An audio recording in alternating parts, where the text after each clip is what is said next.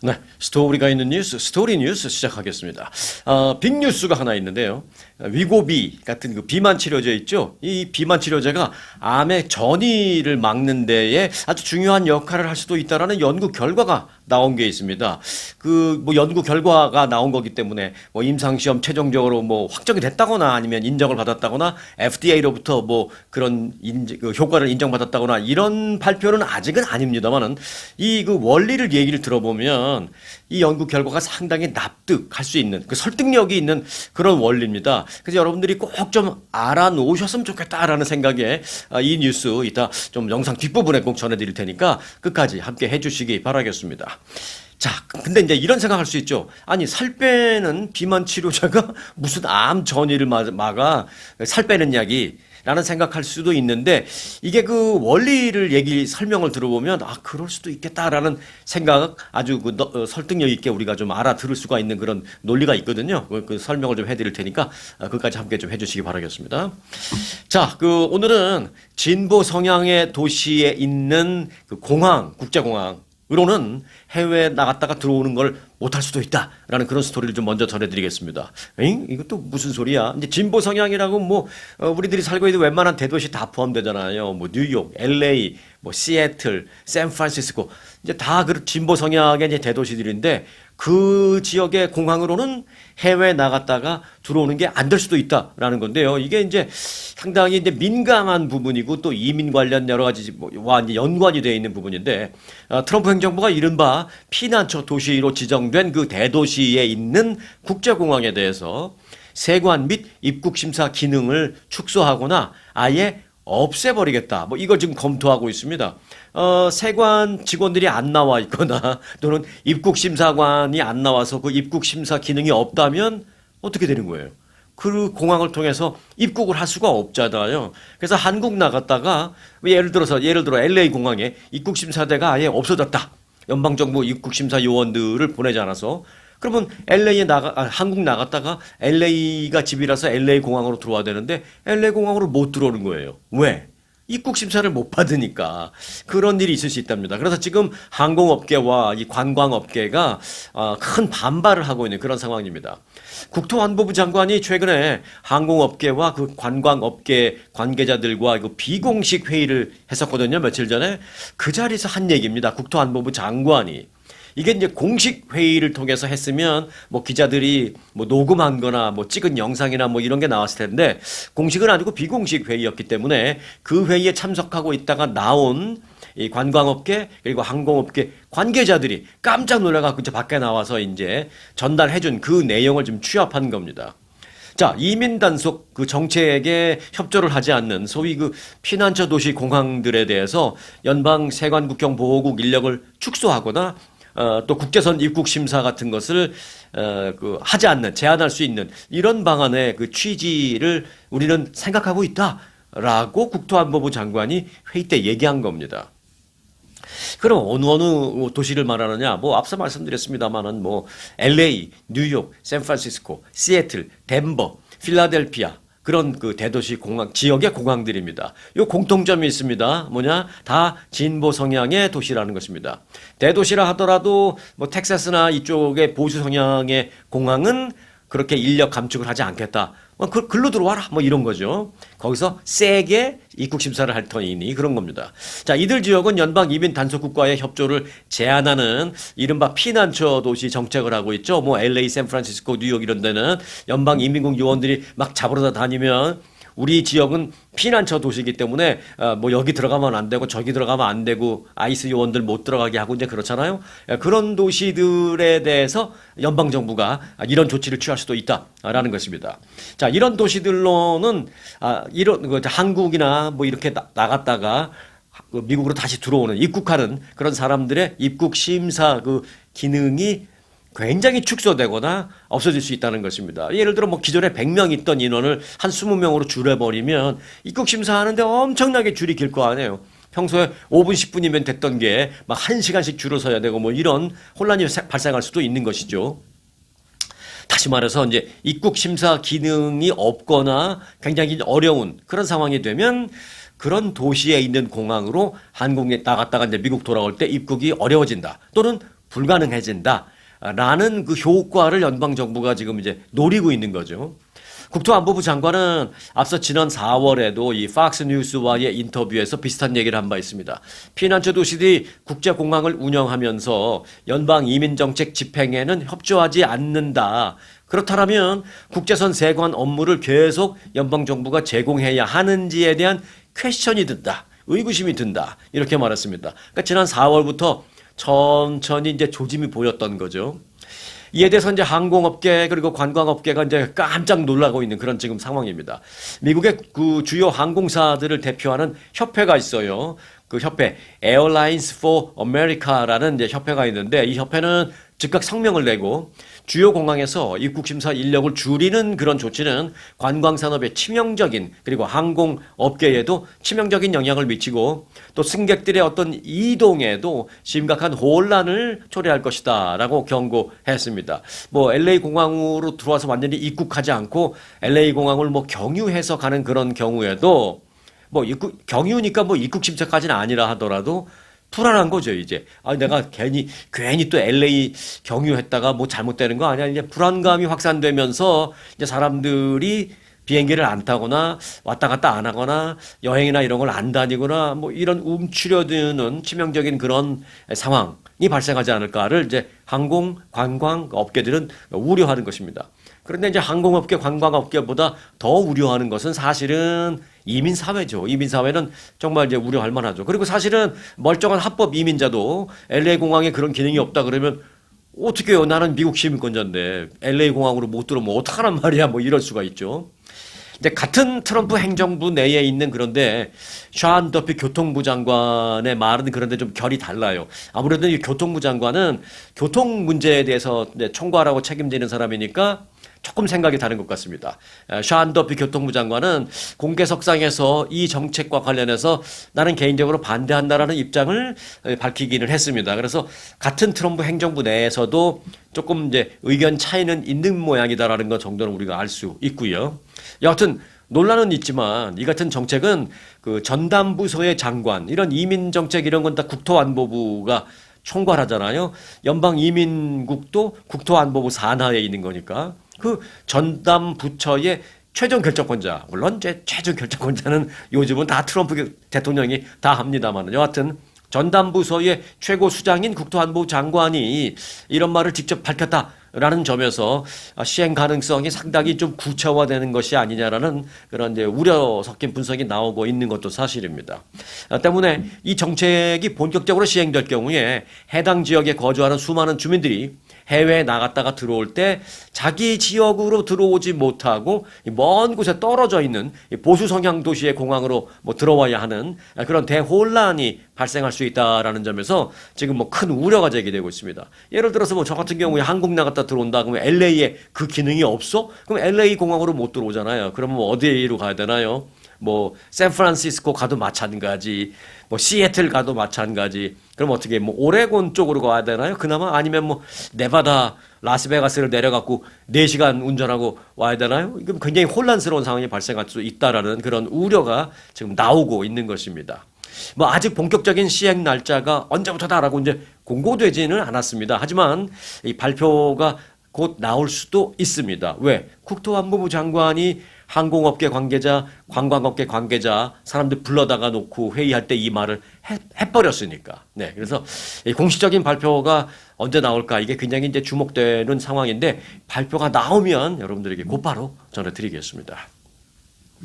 자, 이번에는 종전 협상, 그러니까 이란과의 종전 협상 그 문제하고 이 아브라함 협정이라는 것과의 그 연관성 스토리를 좀 전해드리겠습니다. 자, 아브라함 협정이라고 좀 들어보셨는지 모르겠습니다만은 이제 그 이란 전쟁을 이해하려면 그리고 이제 이란 전쟁을 끝내기 위해서 종전 협상이 뭐 좀 지지부진합니다만 종전 협상이 지금 이제 진행 중에 있잖아요. 이런 그 일련의 그 세상 돌아가는 그 원리. 세상 돌아가는 상황 그리고 이란 전쟁의 어떤 종전을 하고자 하는 지금 이 상황을 좀 이해하려면 이 아브라함 협정이라는 것을 알아야만 이해가 가능합니다. 자, 개전 3개월이 다 돼가는 그 미국과 이란 간의 그 전쟁이 지금 합의 도출을 앞두고 막판에 치열한 신경전을 벌이고 있죠. 왜? 옛날에 그 6.25 한국 남북 전쟁, 한국 전쟁도 마지막에 이제 그 휴전을 하기 위해서 그 38선 거기서 막 치열하게 그 어느 때보다도 가장 치열하게 전투가 벌어진 것이 그 38선 지역이었잖아요. 왜? 휴전이 딱 되면 이제 우리가 점령한 여기는 우리 땅, 빼앗겼으면 남의 땅, 뭐 이렇게 되니까 치열하게 했잖아요. 마찬가지로 지금 종전 협상을 이제 마무리를 앞두고 지금 신경전이 치열하게 벌어지고 있습니다. 그런데 그럼에도 불구하고 이제 미국 내 일각에서는 소위 맹탕 합의를 하는 것이 아니냐라는 우려가 있는 것도 사실입니다. 그 맹탕 합의라는 뭐냐? 전쟁 이전에도 이랬었는데 지금 그 뭐 어마어마하게 인명 피해, 전쟁 비용 쓰고 이렇게 전 세계가 혼란스러운 이 전쟁을 일으켜 놓고도 마무리 진 다음에 보니까 전쟁 전하고 뭐가 달라? 똑같잖아. 이게 이제 맹탕 합의라는 것이죠. 이제 그걸 걱정하고 있는 것입니다. 이를 의식한 듯 트럼프 대통령은 아직 협상이 마무리된 것이 아니다. 그리고 내가 추진하는 어떤 합의는 오바마 행정부 시절의 합의와는 완전히 다른 것이다. 뭐 이렇게 주장하고 있습니다. 그럼 오바마 때 합의와 지금 뭐가 다르냐? 이거는 시간이 너무 오래 걸리니까 나중에 제가 이제 합의가 다 되면 그때 좀 설명을 드리고요. 오늘 포인트는 이제 그거에 아니고 아브라함 협정이 포인트입니다.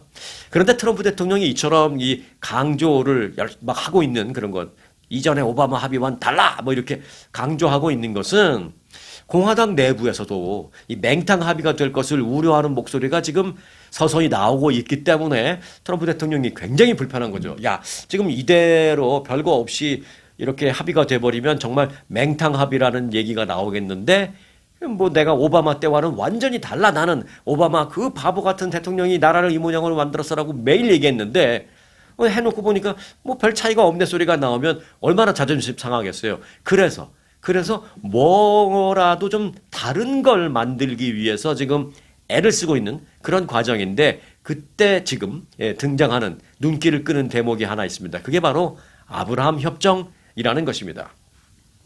트럼프 대통령이 오바마 때 그 합의와는 분명히 다르다라는 그 확실한 그 디퍼런스를 보여주기 위해서 이란과의 그 종전 협상에 아브라함 협정이라는 것을 연결시키려고 지금 하고 있다라는 것이죠. 네. 자, 그럼 여기서 트럼프 대통령이 그 연결시키려고 하는 그 아브라함 협정, 그게 뭔지 그걸 잠시 알아보겠습니다. 이제 요걸 알아야, 그 아브라함 협정을 알아야 여러분들이 이란 종전에 대해서 뉴스를 접하실 때 이해를 하실 수 있습니다. 어떨 때는 이제 아브라함 협정의 백그라운드나 자세한 내용을 모르면 잘 이해가 안 될 수도 있거든요. 네, 요거 하나만 알아놓으면 뉴스가 귀에 쏙쏙 들어오실 겁니다, 앞으로. 자, 아브라함 협정이라는 것은 2020년도 9월에 체결됐습니다. 그러니까 뭐 그렇게 오래된 협정이 아니에요. 자, 2020년 9월 이 트럼프 1기 행정부 때 이제 체결된 건데 미국의 중재로 이스라엘과 아랍 국가들이 정식으로 외교 관계를 수립하기로 합의한 어찌 보면 정말 역사적으로 큰 사건이었습니다. 긍정적인 의미에서의 큰 사건이었습니다. 그런데 조금 이상하시죠? 이스라엘과 아랍 국가들이 수교를 했어? 아니 지금 뭐 엄청나게 싸우고 있는데 네, 이스라엘과 아랍의 모든 국가가 수교한 건 아니고요. 또 지금 싸우는 것도 아랍의 모든 국가와 또 티격태격 하는 건 아니죠. 네. 일부 몇몇 아랍 국가들이 이스라엘과 그때 수교를 맺었습니다. 트럼프 대통령의 중재하에 이스라엘과 평소에 좀 으르렁대거나 사이 안 좋았던 아랍 몇몇 국가들이 공식적으로 외교 관계 수립을 했습니다. 합의 서명을 했습니다. 중동 지역에서 오랫동안 뭐 길게 보면 한 5천 년이라고 하죠. 오랫동안 이제 적대 관계였던 그 유대교 국가 이스라엘과 이슬람 국가 아랍 국가들이 손을 잡았다라는 점에서 그때 이제 중동 정세의 큰 전환점이다라고 해서 뭐 큰 긍정적인 의미의 사건이다라는 평가도 많이 나왔었습니다. 사실 그 과거 아랍 국가들은요, 이스라엘과 절대 수교 안 해라고 이제 팽팽한 대립 관계를 맺으면서 심지어는 어떤 얘기까지 했냐면 아랍 국가들이 팔레스타인이 완전한 독립국가를 세우기 전까지는 우리는 이스라엘과 절대 수교하지 않는다라고까지 했습니다. 그런데 그거는 이스라엘의 입장으로 봐서는 이제 레드라인이죠. 팔레스타인 독립국가 절대 인정 안 하죠, 이스라엘은. 그러니까 결국은 이스라엘과 아랍 국가가 뭐 합의를 수교를 한다라는 것은 뭐 될 수가 없는 일이었다라고 생각하던 그 시절에 그래도 몇몇 국가는 그 수교를 한 거예요. 하지만 이제 그때 몇몇 국가들은 그러면 왜 수교를 했는가라는 걸 좀 알 필요가 있는데 거기에는 이제 크게 보면 두 가지 아주 중요한 이유가 있습니다. 자, 어찌 보면 이제 현실적인 두 가지 이유가 이제 판도를 바꾸게 된 건데요. 그 두 가지는 첫 번째, 공동의 적 이란을 견제하기 위해서입니다. 이란이 많은 아랍 국가들을 상대로 이제 위협을 벌이잖아요. 지금도 이제 미국이 이란을 때리면 이란은 미국을 못 때리니까 자기네 나라 근처에 있는 아랍 국가들의 다른 뭐 카타르에 있는 미군 기지, 이 아랍에미레이트 두바이에 있는 미군 기지 여기를 때리잖아요. 네. 그러니까 이란을 공동으로 견제하기 위해서 이 몇몇 아랍 국가들이 이스라엘과 할 수 없이 손을 잡았다라는 것입니다. 중동에서 세력을 확장하면서 또 핵무기까지 개발하려고 하는 그 이란에 대항하기 위해서, 공동으로 대항하기 위해서 이란과 앙숙 관계인 이스라엘과 이 몇몇 아랍 국가들이 동맹 체제를 구축한 겁니다. 그리고 뭐예요? 적의 적은 친구다. 딱 요 원리입니다. 네. 이스라엘도 싫고 그렇지만 이스라엘은 밉고 이란은 무섭고 그런 거죠. 그 아랍 국가들이 봤을 때는. 그러니까 이스라엘은 미워서 외교 관계 안 하려고 하고 이란은 뭐 외교 관계를 떠나서 나한테 위협이 되는 나라잖아요. 그래서 이제 무섭고 하는데 이란과 이스라엘이 또 앙숙이네. 적이네. 그러면 적이니까 얘는 나하고 친구할 수 있겠다. 해서 할 수 없이 외교 관계를 수립한 겁니다. 몇몇 국가들이. 자, 그리고 두 번째 이유, 경제 및 기술 협력이 필요했기 때문입니다. 아랍 국가들은 석유 이후의 시대를 대비하기 위해서 이스라엘의 그 뛰어난 첨단 IT 기술 그리고 방위 산업, 이스라엘의 방위 능력 뛰어나죠. 무기도 잘 만들고 그리고 이제 이스라엘의 농업 기술도 굉장히 발전했습니다. 그런 게 일부 아랍 국가들 사이에서 필요했습니다. 그래서 이제 그들은 결국 생존을 위해서 그리고 그들 미래의 먹거리를 위해서 아랍 국가들이 자존심을 좀 구기고 이스라엘과 외교 관계 수립을 한 것입니다. 그것이 바로 아브라함 협정이라는 것입니다. 자, 근데 이제 아브라함 협정 이름, 이 협정의 이름이 그 아브라함 협정이라는 그것도 좀 재미있습니다. 이스라엘 사람들이 믿는 종교가 뭐예요? 유대교잖아요. 네, 유대교. 그리고 아랍 국가들이 믿는 종교는 이슬람교죠. 그런데 종교적으로 오랜 그 갈등을 겪어온 유대교와 이슬람교, 이 두 종교가 흥미롭게도 공통점이 있습니다. 그 공통점은 뭐냐? 똑같이 아브라함을 조상으로 생각하고 있다라는 그게 있습니다. 즉 종교적인 공통분모인 아브라함의 이름을 따서 우리는 한 조상에서 나온 어찌 보면 형제들이니 이제 갈등을 멈추고 평화롭게 지내자라는 의미에서 일종의 화해의 메시지 그런 의미로 아브라함 협정이라고 이름을 지은 겁니다. 물론 그런 화해 그게 뭐 지금까지도 잘 되고 있는지 안 되고 있는지 그건 뭐 오늘 얘기 주제는 아니고 그건 뭐 별개로 치더라도 일단 당시 그 협정 이름을 짓는 데는 그런 의미가 있었습니다. 자, 그럼 다시 본론으로 돌아가서요. 트럼프 대통령이 이번에 이란과의 종전 협정을 아브라함 협정과 연계하려 한다라는 게 무슨 말인지를 설명드리겠습니다. 자, 앞서서 이제 아브라함 협정은 설명을 들으셨기 때문에 이제 이해됩니다. 미국이 이란과 평화 협정을 맺고 이란에 대한 어떤 경제 제재를 풀어줄 테니까 중동에서 아브라함 협정에 서명하지 않은 나머지 나라들도 다 같이 다 서명을 하고 이스라엘과 협력하고 외교관계 수립하고 다 해라! 라는 게 이제 트럼프 대통령의 지금 추진하고 있는 생각입니다. 요 부분이 전쟁 이전과 달라질 수 있는 부분이고요. 또 어찌 보면 또 요 부분이 오바마 대통령이 했던 그 당시의 그 합의, 트럼프 대통령이 맨날 오바마 대통령 합의 막 이렇게 하고 있는데 그 좀 디퍼런스, 차이점을 확실하게 보여줄 수 있는 게 바로 요겁니다.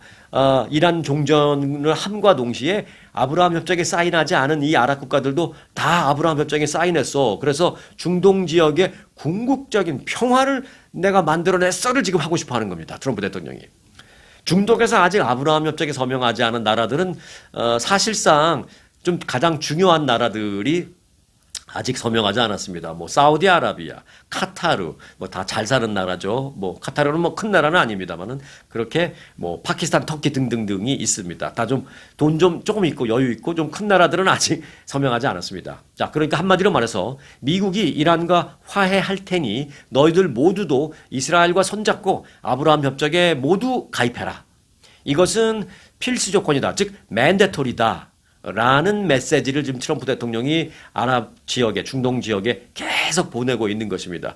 요게 된다면 트럼프 대통령의 생각대로 중동 지역의 어떤 또 다른 하나의 사건이 될 수도 있습니다. 정말 빅 디퍼런스가 될 수도 있습니다. 그래서 지금 트럼프 대통령이 계속 하고 있는 하려고 하는 게 바로 이겁니다. 그리고 지금 종전 협상이 빨리 마무리되지 않는 이유도 뭐 호르무즈 해협을 푸니 안 푸니 핵무기를 어떻게 하니 사실 그거 그렇게 어렵지 않습니다. 핵무기도요, 트럼프 대통령이 사실 한 발짝 양보했습니다.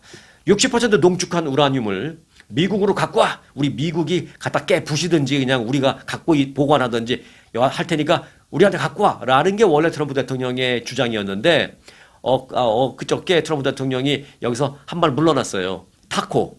트럼프 always chicken out. 트럼프 대통령은 항상 한 발짝 나중에 빼. 뭐 이거 타코 아시죠? 네. 한 발짝 뺐어요. 뭐라고 뺐냐? 오케이. 미국으로 안 갖고 와도 돼. 그 대신에 이란 너희들이 우리 미국 전문가가 가서 볼 테니까 우리가 보는 상황 속에서 너희들이 폐기해. 너희 나라 안에서 폐기해. 그럼 거기까지 내가 봐줄게 하고 한 발짝 물러섰습니다. 그래서 핵무기 문제도 사실은 합의되는 거 어렵지 않습니다. 그리고 호르무즈 해협, 네, 통행 자유 있을 수 있습니다. 물론 이제 통행세를 받니 안 받니 이제 그 별다른 문제지만 이거 결국은 이제 종전 합의는 큰 문제가 없습니다. 지금 걸림돌이 이제 없어요. 웬만하면 됩니다. 하지만 트럼프 대통령이 지금 하려고 하는 이 아브라함 협정하고 이게 연계를 시켜버리니까 지금 그것 때문에 잘 안 되고 있는 것입니다. 자, 그런데요, 이게 다가 아닙니다. 트럼프 대통령은 심지어 이란이 미국과 최종 합의에 도달한다라면, 그러니까 즉 종전 협정이 마무리된다면 이란 역시 이스라엘과 그 평화협정을 맺어라. 이란도 아브라함 협정에 서명을 해라. 이 얘기까지도 지금 내놓고 있습니다. 근데 이거는 이란으로서는 받을 수 없는 일이거든요. 네. 대한민국 보고 한반도 평화를 위해서 한국, 북한과 그 사이좋게 지내고 북한을 뭐 침범하지 않고 그렇게 하겠다고 한국 사인해. 뭐 할 수 있죠. 근데 북한 김정은이한테 가서도 이거 사인하라 그러는 거예요. 너희도 여기 사인해. 한국 자꾸 이렇게 침범하고 그런 거 안 하겠다고 사인해. 김정은이 사인하겠어요? 안 하죠. 좀 요런 걸 내놓고 있기 때문에 지금 협상이 잘 안 되고 있는 겁니다. 자, 그 이란까지도 이스라엘을 위협하지 않겠다라는 걸 사인해야만 우리 미국이 너희 이란을 더 이상 때리지 않고 이란에 대해서 종전협상 사인해 줄게 라고 하는 거죠. 그 가만히 보면 이스라엘만 좋게 생겼어요. 요게 만약에 된다는 조건 하에 이스라엘은 다 많은 아랍 국가들이 내 앞으로 와서 수교합시다라고 사인을 하고 나는 가만히 있었는데 미국이 다 해준 거죠. 그리고 나하고 그렇게 지금 전쟁을 하고 있는 이란도 나한테 와서 야 이제 우리 서로 싸우지 말자 사이좋게 지내자 악수하자고 오네. 그 이스라엘만 좋게 생긴 겁니다. 자, 트럼프 대통령은 도대체 왜 이렇게 이스라엘을 옹호하는 걸까요? 네, 그건 여러 가지가 이유가 물론 있겠습니다만은 크게 본다면 뭐 한 가지 정도만 또 굳이 먼저 가장 프라이어리티 높은 걸 뽑아보라면 결국은 뭐냐? 복음주의 기독교와 연관되어 있습니다. 자, 복음주의 기독교가 무엇이고 또 복음주의 기독교와 어떻게 연관되어 있는 거지라는 부분은 오늘 시간 관계상 추후에 이란 종전 협상이 이렇게 이제 사인이 됐습니다라는 설명을 드릴 때 그때 이 복음주의 기독교 내용을 전해드리도록 하겠습니다. 자, 오늘은 이 아브라함 협정이 키워드입니다. 그러니까 그것만 아신 것만으로도 이제 충분히 좀 머리가 아프실 테니까 이 정도까지만 하도록 하겠습니다. 자, 지금 서머타임이시죠? 그 영상 보시는 지역에 따라서 뭐 좀 다를 수 있겠습니다만은 애리조나하고 하와이는 아니지만 나머지는 우리 모두 다 지금 서머타임 하고 있죠? 자, 그런데 트럼프 대통령이 썸머타임을 그냥 아예 픽스 시켜버리는 법안 통과를 위해서 내가 적극 나서겠다 이런 얘기를 했습니다. 트럼프 대통령은 최근 자신의 SNS를 통해서 국민들이 더 이상 시계를 돌렸다 하는 그런 터무니없이 반복되는 그런 그 일을 하지 않도록 그 시간도 낭비고 비용도 낭비고 신경 쓰이고 뭐 그다음에 컨디션도 쫙 조절해야 되고 막 이런 어려움이 많잖아요. 그런 거 안 해도 되게 아예 픽스 시켜버리도록 내가 한번 추진하겠다. 이렇게 트럼프 대통령이 말했습니다. 공화당이 주도하는 그 연방 하원 에너지위원회가요, 이른바 그 선샤인 보호 법안이라는 것을 이제 통과시켰거든요. 뭐 아직 최종 통과는 아니지만 이제 연방 하원에서 공화당 주도로 일단은 하원 통과는 됐습니다. 선샤인 보호 법안. 이 선샤인 보호 법안이라는 게 뭐냐? 이제 매년 3월 달에 시계를 1시간 앞당기고 지금처럼 썸머타임 빨리 가게 만들고 또 11월 달에 썸머타임이 끝나니까 다시 뒤로 1시간 돌리고 요런 거잖아요. 요 썸머타임 제도를 폐지한다니까 그러면 정상으로 돌아가느냐? 그게 아니라 아예 1년 내내 썸머타임 시간으로 가는 걸 하자라는 그 법안을 연방 하원에서는 공화당 주도로 일단 통과가 됐습니다. 이 법안은 이제 연방 하원 본회의로 이제 넘어가서 이제 본회의 표결이 남아 있는데 실제 통과 여부는 불투명합니다. 뭐 공화당이 뭐 다수당이긴 합니다만은 공화당 안에서도 그 각 지역의 주민들의 그 여론이 다 다르고 그래서 그 공화당 하원 의원들끼리도 조금 이게 찬성 반대가 좀 있어요. 그래서 뭐 공화당이라고 다 이걸 찬성할 것 같지는 않다. 그래서 통과 여부는 좀 불투명하다라는 것인데 여하튼 지금 의회에서 그런 움직임이 있고 트럼프 대통령도 그걸 지지하고 있고 그렇다라는 것입니다. 자, 그동안 이 서머타임 폐지 논의는 뭐 줄곧 뭐 매년 얘기가 나왔죠. 뭐 하니 안 하니. 그다음에 지금 말씀드린 대로 아예 서머타임은 픽스하니 뭐 이런 얘기는 매년 나왔었습니다만은 서로 간의 이해관계가 엇갈리고 또 각 지역의 주민들의 여론이 다르기 때문에 그 지역을 대표하는 의회 의원들의 어떤 표결 입장도 좀 다 다르고 그래갖고 매번 뭐 말만 나왔지 뭐 실제로 뭐 통과된 건 그런 건 없습니다만은 트럼프 대통령이 내가 적극 나서서 한번 추진해 보겠다라고 말한 점이 지금 좀 주목되고 있는 그런 부분입니다. 자, 현재 그 미국의 대부분의 주는 이제 서머타임을 시행하고 있지만 앞서 말씀드린 대로 애리조나주 그리고 하와이주는 시행하지 않고 있는 그런 상황입니다. 자, 과연 트럼프 대통령이 주도를 해서 정상 시간보다 인위적으로 1시간 앞당겨서 가는 지금과 같은 이 서머타임을 아예 1년 내내 어찌 보면 매년 즉 영구히 픽스하게 될지 조만간 이제 발표가 있을 예정입니다. 발표 나오면 뭐 당연히 여러분들에게 제일 빨리 말씀드리도록 하겠습니다. 자, 여러분들 사시는 주택, 집값 좀 올랐는지 모르겠습니다. 요즘 집값이 뭐 거의 변동이 없죠. 네. 주택 가격 상승세가 좀 둔화되고 있는 가운데 주요 대도시 가운데 절반가량이 지난 1년 사이에 집값 약간의 하락세. 그러니까 집값이 사실은 거의 매년 뭐 우리가 늘 당연하다고 생각하듯이 집값은 매년 조금씩 오르는데 이게 안 오르거나 오히려 소폭 하락하거나 뭐 이런 모습 자체는 좀 비정상적이다라는 것입니다. 스탠다드 앤 푸어스는 지난 3월 미국의 주택 가격 지수가 1년 전에 비해서 0.7% 상승했다라고 밝혔습니다. 그러니까 0.7% 상승도 상승은 상승이지만 이게 이제 전국 평균을 내니까 요 정도지 또 일정 부분 어떤 곳은 그런 마이너스도 있다라는 얘기고요. 또 0.7% 상승은 사실상 소비자 물가 지수가 지금 물가는 뭐 평균 3% 이상 매년 오르고 일반적인 경우에 뭐 요즘 뭐 가솔린 가격 같은 건 1년 전에 비해서 뭐 50% 오르고 그러잖아요. 그렇게 폭등하는 물가에 비해서 집값 0.7% 상승? 이거는 오히려 상승이 아니라 마이너스 같은 개념이다. 뭐 이런 얘기입니다. 자, 집값 상승률은 지난 2월에는 작년 2월에 비해서 0.8% 상승이었는데 3월에는 작년 3월에 비해서 0.7이다. 그러면 이제 그 상승 그나마 소폭의 상승률도 줄어들고 있다라는 그런 얘기입니다. 팬데믹 이후에 미국의 주택 가격이 가파르게 올랐고 또 모기지 금리가 높은 수준을 유지하면서 주택 구입을 계획하는 사람들이 관망 자세를 유지하고 있습니다, 지금. 예, 가격도 오르고 금리도 오르고 그러니까 집을 살까 하다가 그냥 몇 집 보러만 다녔지 다시 그냥 지금 아닌 것 같아. 나중에 사지 뭐 백업하고 이런 거죠. 그래서 이제 주택 가격 상승세에 둔화를 미친 겁니다. 그 모든 경제 논리는 뭐예요? 수요와 공급이잖아요. 뭐 공급은 똑같이 있는데 내놓은 집들은 수요, 살려고 하는 수요는 이렇게 살까 하고 10명 달려들었다가 그냥 7명, 8명 빠져버리니까 수요가 없어지는 거죠. 그 수요가 없으니까 가격은 내려가게 된다라는 것입니다. 자, 그럼 모기지 금리는 지금 어떻게 되느냐?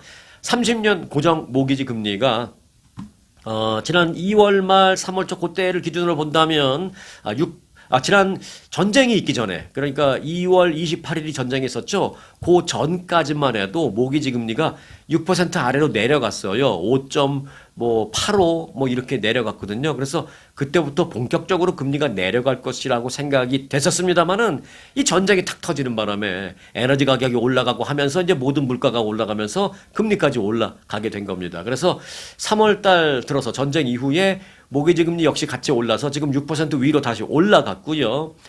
지금 뭐 평균 뭐 6.35, 6.45 뭐 이 정도 됩니다. 자, 집값 변화율을 그럼 지역별로 간단하게 몇 군데만 볼게요. 자, 혹시 시카고 사시는 분들 계십니까? 시카고는 그래도 축하드립니다. 다른 데에 비해서 꽤 올랐어요. 네, 작년에 비해서 올해 6.1% 상승했습니다. 이건 다른 지역에 비해서는 상당히 꽤 많이 오른 거다 이렇게 볼 수가 있습니다. 시카고 6.1% 상승, 그리고 뉴욕 4.0% 상승, 그리고 클리블랜드 3.0% 상승 등을 보였습니다. 그런데 이제 하락한 도시들이 더 많아요. 자, 혹시 시애틀 사시는 분들 계시죠? 네, 제가 몇 분 시애틀 사시는 분들은 알고 있는데, 시애틀에는 거기 그 한인 라디오 방송국도 있죠. 그 오피스는 아마 타코마 방송국 스튜디오는 시애틀 말고 그 아래 타코마 지역에 있는 것으로 제가 알고 있는데, 시애틀 한국방송이라고 있죠. 거기 그 서정자 사장님이라고 뭐 30년 전부내는 이제 LA에 사시던 분이시고, 제가 개인적으로도 이제 존경하는 오래되신 방송인이시고 지금 뭐 사업가시죠. 시애틀 한국방송 지금 방송 뭐 잘 되고 있다라는 것을 제가 듣고 있습니다. 여하튼 자, 시애틀 지역은 마이너스 2.5% 하락한 거죠. 그러니까 2.5% 하락. 자, 그리고 덴버 마이너스 2.0%, 그리고 템파 마이너스 1.9%, 달라스 마이너스 1.7%. 달라스는 올라갔을 거라고 저는 생각했는데 이건 조금 의외예요. 자, 그리고 이제 피닉스 마이너스 1.6% 등 주택 가격이 대부분 하락했습니다. LA 지역은 어떤가 알아봤더니 LA 지역은 0.6% 상승 뭐 이렇게 나왔습니다. 근데 뭐 이건 0.6% 상승은 제가 앞서도 말씀드렸습니다만은 다른 물가 상승률과 비교해 본다면 이건 뭐 올랐다라고 볼 수도 없죠. 네. 뭐 그렇다고 마이너스는 아니지만 뭐 0.6%는 느낌상으로는 마이너스나 마찬가지다라는 것이 이제 LA도 그렇다라는 상황입니다. 자, 아무튼 근데 상승된 지역과 마이너스된 지역을 보면 소위 일명 그 선벨트라고 불리우는 남부 지역의 주요 도시들은 최근에 인구 유입이 좀 늘면서 집값이 조금 다른 지역에 비해서 좀 오른 반면에 일반적인 그 대도시에서는 인구 유출이 좀 있으면서 마이너스를 지난 해에 기록했다. 뭐 이렇게 볼 수가 있습니다. 자, 트럼프 건강 이상무 스토리를 전해드리겠습니다. 트럼프 대통령이 어제 또 건강검진했어요. 자신을 향해서 제기되는 그 건강 이상설을 또 어제 건강검진하면서 발표를 했습니다. 트럼프 대통령은 어제 오전 메릴랜드주의 월터 리드 국립의료센터에서 정기 건강검진을 받은 뒤에 백악관으로 복귀하면서 봐라! 나 건강 이상 무례잖아! 네, 그 얘기했습니다. 트럼프 대통령은 곧바로 백악관에 가서 SNS에 올렸습니다. 방금 전 6개월 주기에 대통령 건강검진을 마쳤다. 라면서 모든 것이 완벽하게 정상으로 확인이 됐다라고 SNS 글을 올렸습니다. 트럼프 대통령은 다음 달 14일이 생일이죠. 6월 14일. 그 생일이 되면 딱 80세가 되십니다. 네. 그래서 이제 트럼프 대통령은 취임일 작년엔 1월 6일 1월 20일인가요? 작년 1월 20일 취임일을 기준으로 해서 미국 역사상 최고령 대통령으로 임기를 시작하면서 종종 그 건강 이상설에 시달렸습니다. 백악관은 지난해 그 트럼프 대통령이 다리 부종, 다리가 막 붓는 거, 그걸로 이제 종합 검사를 받은 결과 만성 정맥 부전을 진단받았다라고 말했습니다. 그런데 뭐 80세쯤 되시면 그런 정도는 뭐 있으시죠. 60세, 요즘은 뭐 40세나 50세에도 다리 퉁퉁 붓고 그런 만성 정맥부전 있죠. 그리고 어떤 분들은 이제 힘줄 같은 게 막 이렇게 정맥이 툭툭 튀어나 보이는, 그래서 이제 그런 분들은 간단한 시술 받으시면 또 낫기도 하더라고요. 그런 건 요즘 뭐 4, 50대도 있는데 내일 모레 80이신데 그 정도는 뭐 건강에 큰 문제라고 볼 수는 없는 것 같고. 그리고 또 몇 달 전에는 이제 손에 멍든 자국 같은 게 이제 있어서 논란이 좀 되기도 했는데, 일각에서는 그 멍든 자국 그런 게 이제 여기저기 부딪히면, 이제 한번 부딪히면 그 젊었을 때는 뭐 아무 이상이 없지만 이제 자꾸 이제 고안에서 작은 미세 혈관이 터지면서 이제 멍든 자국이 생긴다. 근데 그걸 뭐 병이라고 할 수는 없다. 이제 이런 얘기도 있고요. 또 일각에서는 그 인지 능력에 의문을 제기하는 경우도 있죠. 지난해 4월 그리고 10월에도 이제 그래서 이제 트럼프 대통령이 자꾸 인지 능력 얘기가 나오니까 듣기 싫어. 나 건강검진 받을게 하면서 4월과 지난해 10월에도 건강검진 받으면서 봐. 나 인지 능력이 이상 없대. 라고 이제 발표를 했습니다. 지난해 4월에 받았고 10월에 받았다고 했죠. 근데 요번에 5월에 받았습니다. 대충 그러면 주기가 한 6개월에서 6개월에서 한 7개월 정도 사이죠. 원래 미국에서는요, 미국의 대통령은 1년에 한 번 대통령 정기 검진을 받습니다. 지금까지 쭉 그래왔습니다. 그런데 트럼프 대통령은 본인이 원해서인지 아니면 이제 자꾸 이제 그런 얘기 하는 게 듣기 싫어서인지 모르지만 이제 6개월 텀으로 건강검진을 받고 계십니다. 그래서 작년 4월에 받았고, 작년 10월에 받았고, 이번에는 한 7개월 되네요. 이번 5월에 정기검진을 받았습니다. 자, 오늘 그 소식인데요. 아주 중요한 그 소식이니까 잘 좀 들어주시기 바라겠습니다. 자, 비만 치료제로 암 전이율을 낮춘다라는 스토리, 제목, 스토리 전해드리겠습니다. 자, 비만 치료제 요즘 아주 핫하죠? 그 뭐 엄청나게 많이 팔린다고 하는데요.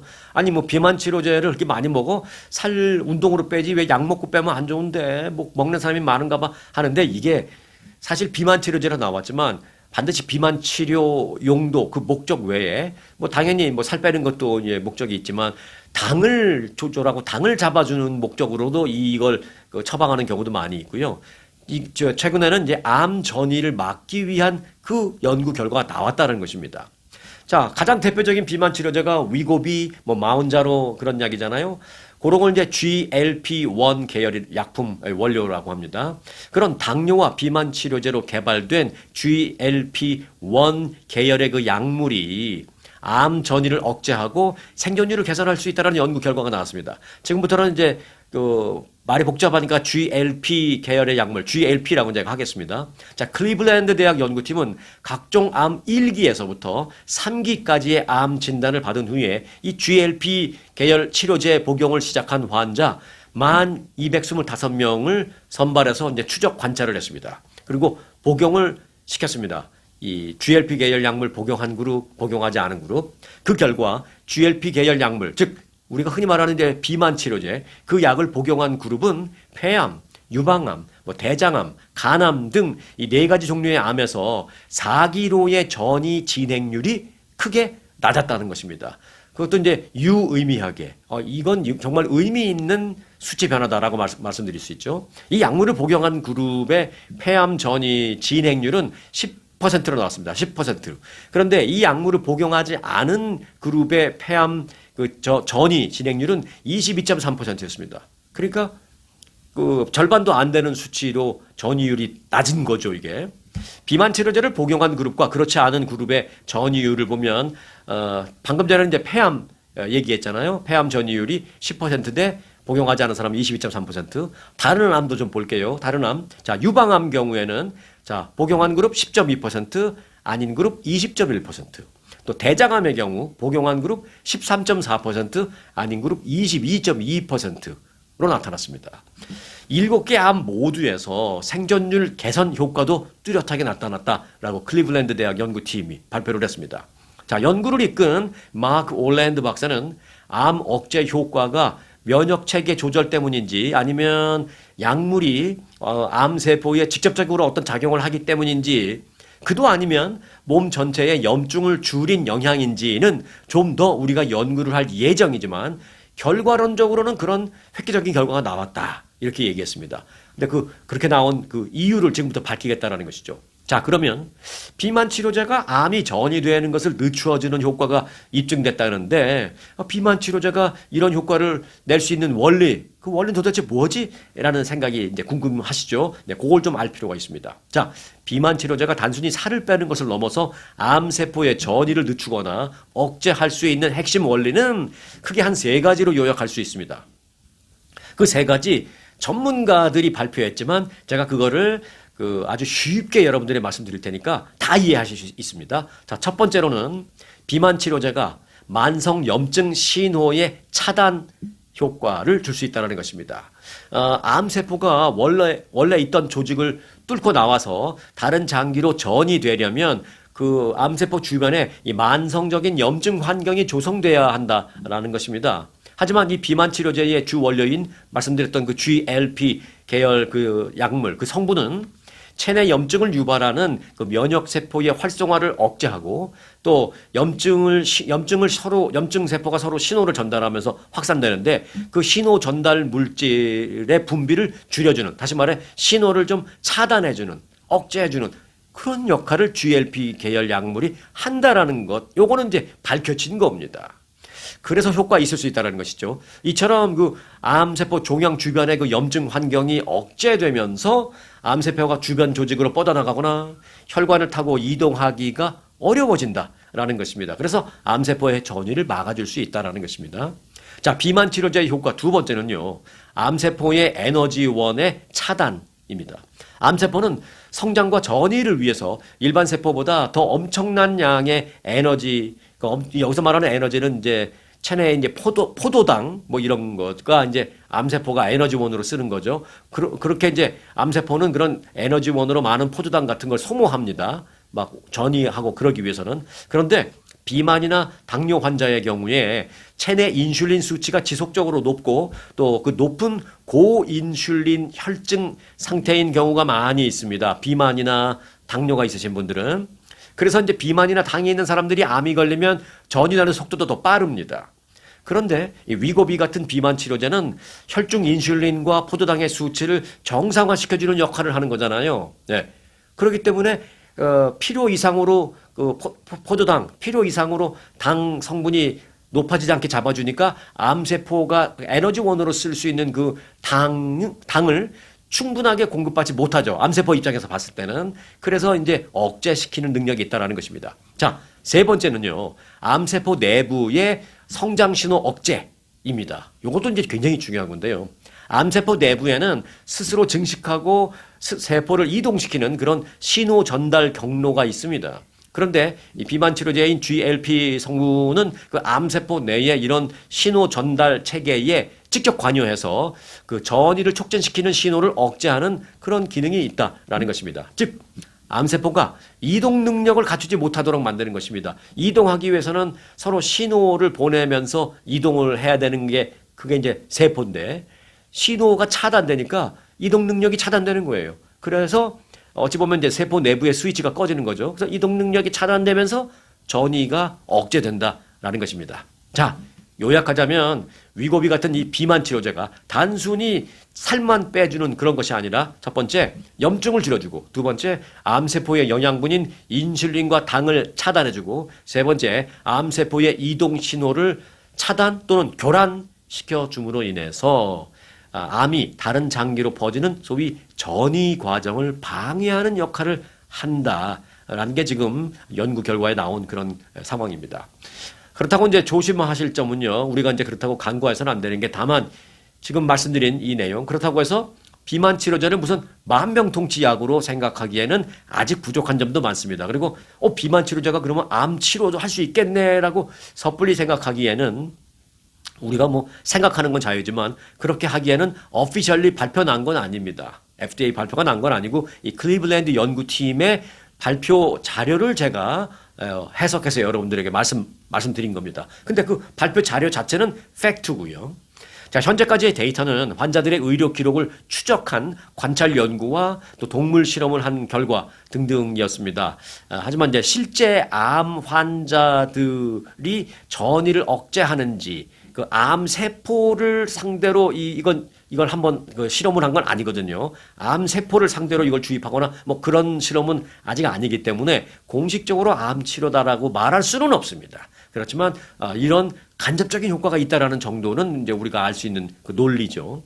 암 전이 억제제 또는 암 치료제로 쓰이기 위해서는 앞으로 추가적인 타겟되는 암 세포를 직접 타겟해서 하는 그런 타겟 임상 시험이 필요한 단계에 있다. 이렇게 말씀드리지만 지금 획기적인 그런 그 논문 결과로 연구 결과로 지금 의학계에서는 받아들이고 있는 것만은 사실입니다. 자, 그래서 이런 획기적인 발표가 있었다라는 점까지만 우선 여러분들에게 말씀을 드립니다. 혹 이제 추가적인 정보가 필요하신 분들은 이런 내용을 기본으로 여러분들이 아시고 전문의나 주치의와 그 추가적인 상담을 해보시는 것도 나쁘지 않으리라고 생각이 됩니다. 의사들도요, 환자가 많이 알고 있는 경우에는 더 집중할 수밖에 없습니다. 그러니까 이런 정보들은 무조건 절대 신뢰를 하라는 말씀을 드리는 건 아니라 이런 연구 결과가 있다더라는 정도는 여러분들이 알고 계시는 건 저는 강력하게 권고를 해드립니다. 아는 게 힘이다 라고 우리 옛날부터 그렇게 배워왔지 않습니까? 네, 알고 계시기 바라겠습니다. 참고가 됐으면 고맙겠습니다. 자, 오늘은 여기까지 하겠습니다. 이 시간까지 끝까지 함께해 주신 분들에게는 특별한 감사를 드립니다. 오늘 영상 마칩니다. 아주 특별한 아주 즐거운 아주 기분이 좋은 아주 편안한 아주 행복한 아주 추억의 남을 같은 코스 같은 일정이라도 추억은 차이가 납니다. 고객 만족도 1등 아주 투어. 내 인생 최고의 순간